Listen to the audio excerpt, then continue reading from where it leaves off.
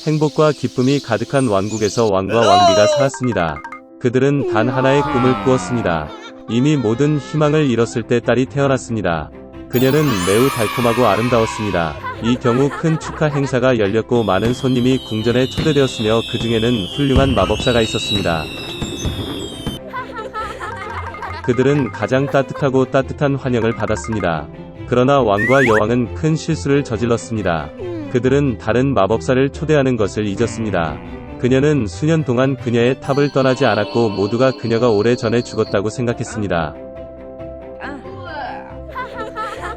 공주에게 선물을 줄 때가 되자 요정들은 그녀에게 아름다움, 친절한 마음, 지성, 아름다운 목소리, 다양한 악기를 춤추고 연주하는 능력으로 아낌없이 보답했습니다.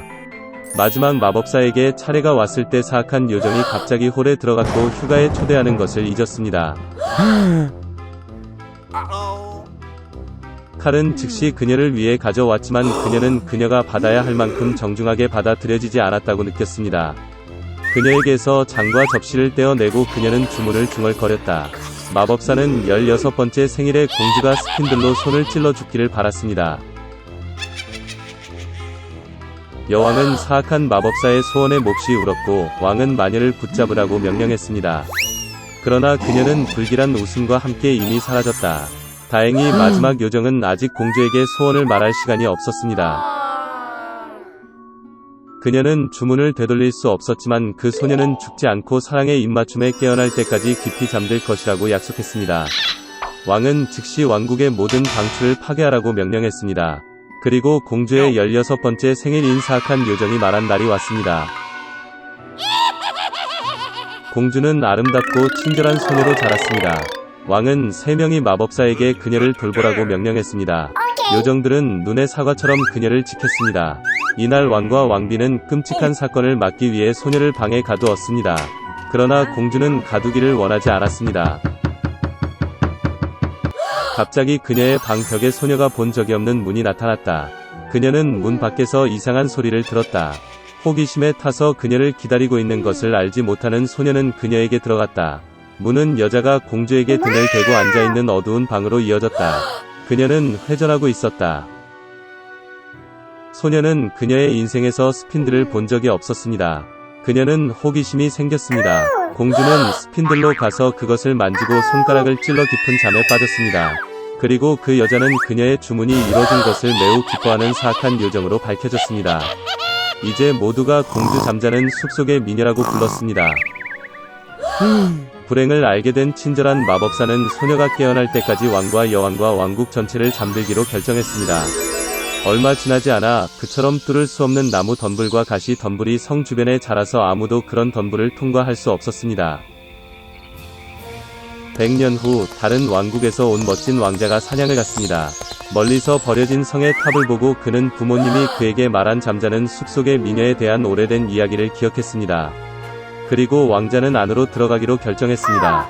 그는 뚫을 수 없는 나무 덤불과 가시 덤불을 헤쳐나 가기 위해 고군분투했습니다. 그러나 결국 왕자는 버려진 성의 문에 접근했습니다. 그는 성 전체를 돌아다니며 왕자의 방을 들여다보았습니다. 왕자는 왕과 왕비가 자고 있는 것을 보았다. 그런 다음 방 중 하나에서 그는 잠자는 숲속의 미녀를 발견했습니다. 그녀는 꽃으로 장식된 침대에서 자고 있었습니다.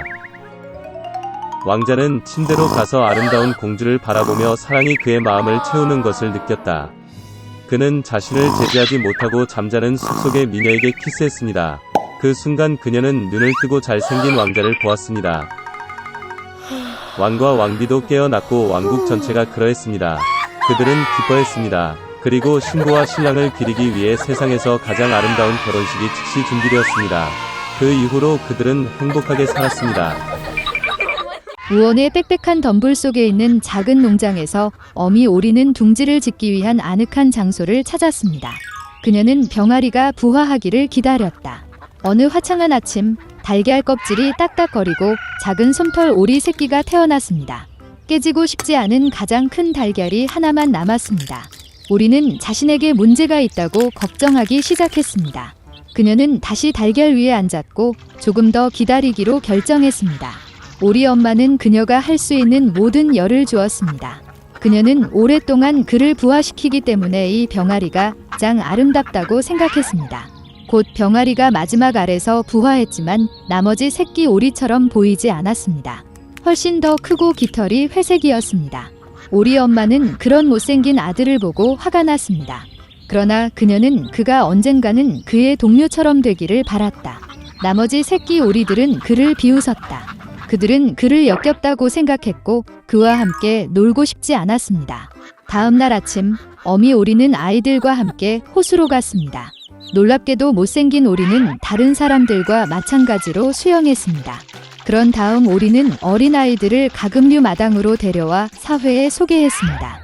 그녀는 오리 새끼들에게 지역 주민들과의 행동 규칙에 대해 말했습니다. 오리는 가장 고귀한 뚱뚱한 드레이크에게 그 무리를 선물했지만 그는 못생긴 오리를 공격했고 그녀는 실패한 병아리를 보호해야 했습니다.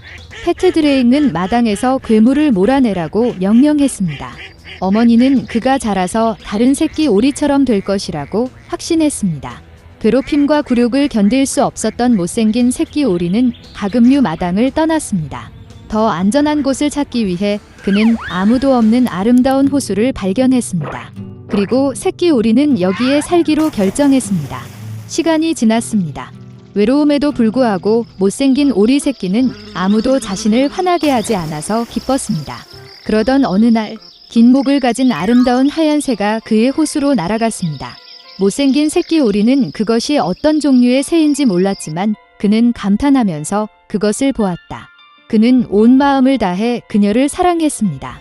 오리가 이 사랑스러운 하얀 새처럼 되고 싶어요. 겨울이 왔고 눈이 내리기 시작했습니다. 못생긴 오리 새끼는 처음으로 하얀 눈을 보았습니다. 그 눈이 광경에 기뻐했습니다. 그러나 겨울이 눈이 많이 내리기 때문에 새끼 오리가 먹이를 찾기가 매우 어려웠습니다. 그는 음식을 찾아 동네를 돌아다녀야 했습니다. 그는 춥고 피곤했습니다. 그래서 못생긴 오리는 농부의 집에 도착했습니다. 농부는 얇고 불행한 병아리를 보았을 때 그를 미안하다고 느꼈습니다. 농부는 살이 찌고 자랄 때까지 오리 새끼를 키우기로 결정했습니다. 봄이 왔다. 주인은 병아리를 잘 돌보았고 그는 많이 자랐습니다. 오리는 이미 많은 공간이 필요했고 농부는 그를 호수에 풀어주기로 결정했습니다. 호수 기슭에 서서 못생긴 오리는 물에 비친 자신의 모습을 바라보았습니다. 그리고 그는 그의 눈을 믿을 수 없었습니다. 그는 자신을 알아볼 수 없었고 그 뒤에 다른 누군가가 있다고 생각했습니다. 그리고 오리는 반사의 멋진 새가 자신이라는 것을 깨달았습니다. 축하하기 위해 그는 호숫가 전체를 때리며 수영했습니다. 그리고 갑자기 그는 전에 한 번 보았던 긴 목을 가진 똑같은 아름다운 흰색 새를 보았습니다. 못생긴 오리는 그녀에게 더 가까이 수영하기로 결정했습니다. 그러나 아름다운 새는 두려워하지 않았지만 반대로 그녀는 미소 지으며 윙크했으며 함께 호수를 헤엄쳤습니다. 못생긴 오리 새끼는 그의 행복을 믿을 수 없었습니다. 지나가는 호수 기슭의 뚱뚱한 드레이크는 자신의 인생에서 그렇게 아름다운 어린 백조를 본 적이 없다고 말했습니다. 그가 한때 가금류 마당에서 몰아온 못생긴 새끼 오리가 아름다운 백조라는 사실을 알았을 때 그의 놀랐던 것은 추악한 오리 새끼는 처음부터 백조였습니다. 알이 우연히 오리 둥지에 떨어졌습니다. 그리고 아름다운 어린 백조가 집으로 돌아왔을 때 가금류 농장의 모든 사람들은 한때 그의 외모 때문에 그를 화나게 한 것을 매우 부끄러워했습니다.